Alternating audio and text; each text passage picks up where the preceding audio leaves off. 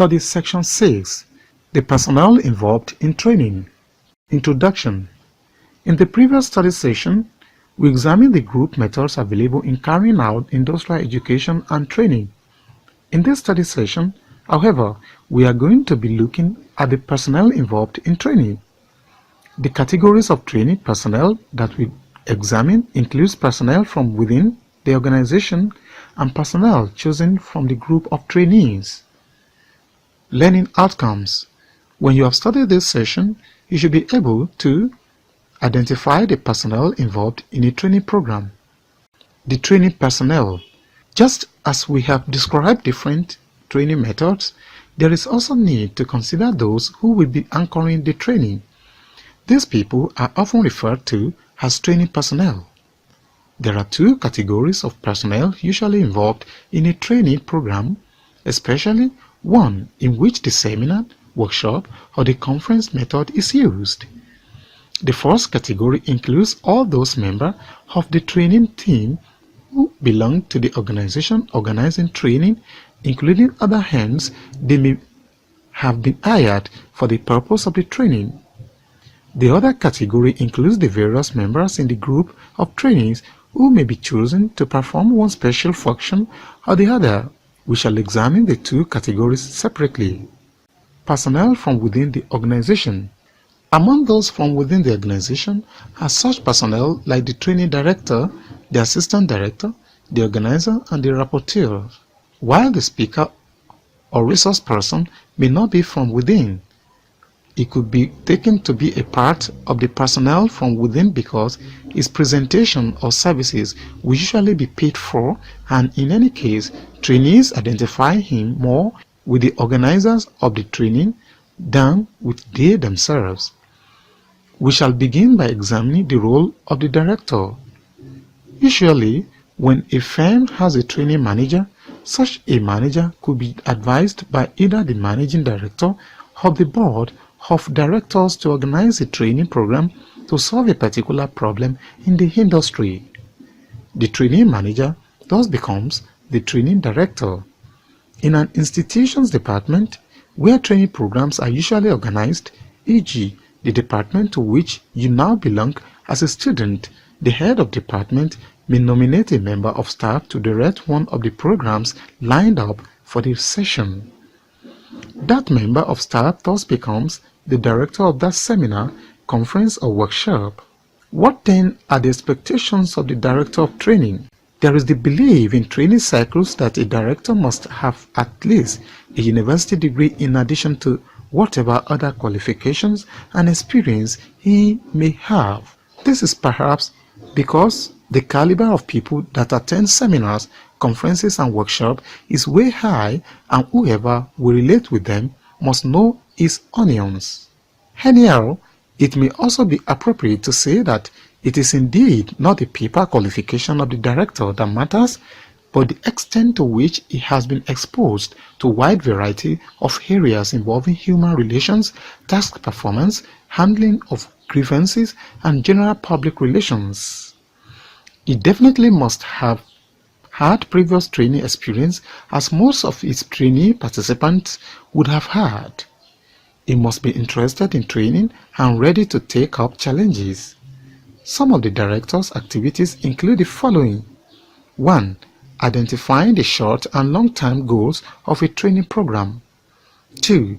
Identifying the human and material needs of Take 2 and material needs for a program. 3. Choosing the appropriate theme, seminar objectives, and program design strategies and content. 4. Drawing up of a budget capable of ensuring training profitability. 5. Evaluating performance and administering rewards. Considering what Johnson says about planning, the director must be able to incorporate the following questions into his plans. 1. What should be done? 2. In what sequence? 3. When? 4. How? 5. By whom? 6. For whom?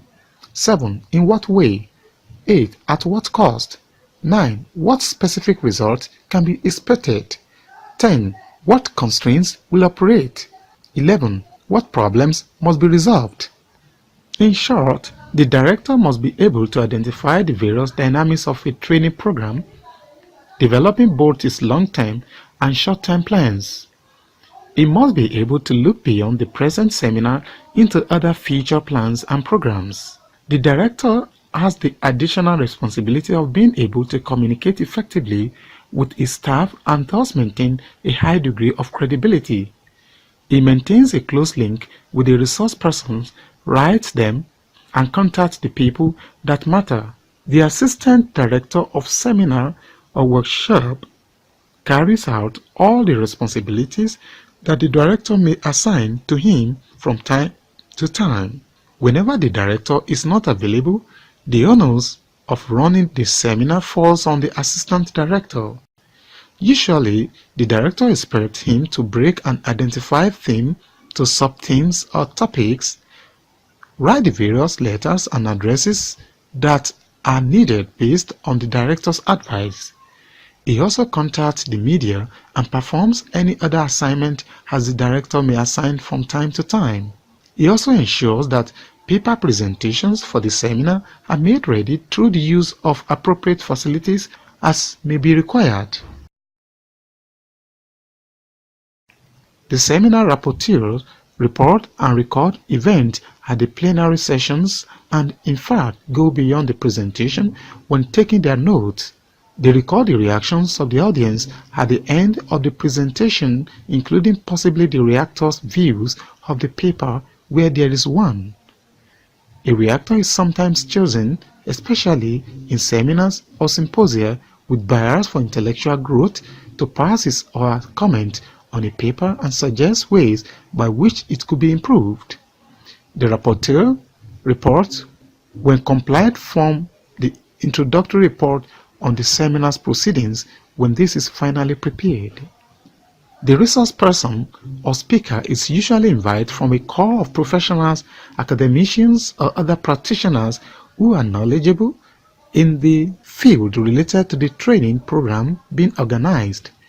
While many of them abound in polytechnics, universities, and many other higher institutions as lecturers and seasoned administrators, others are practitioners in the field who, after many years of practice, have now set up their training consultancies and firms.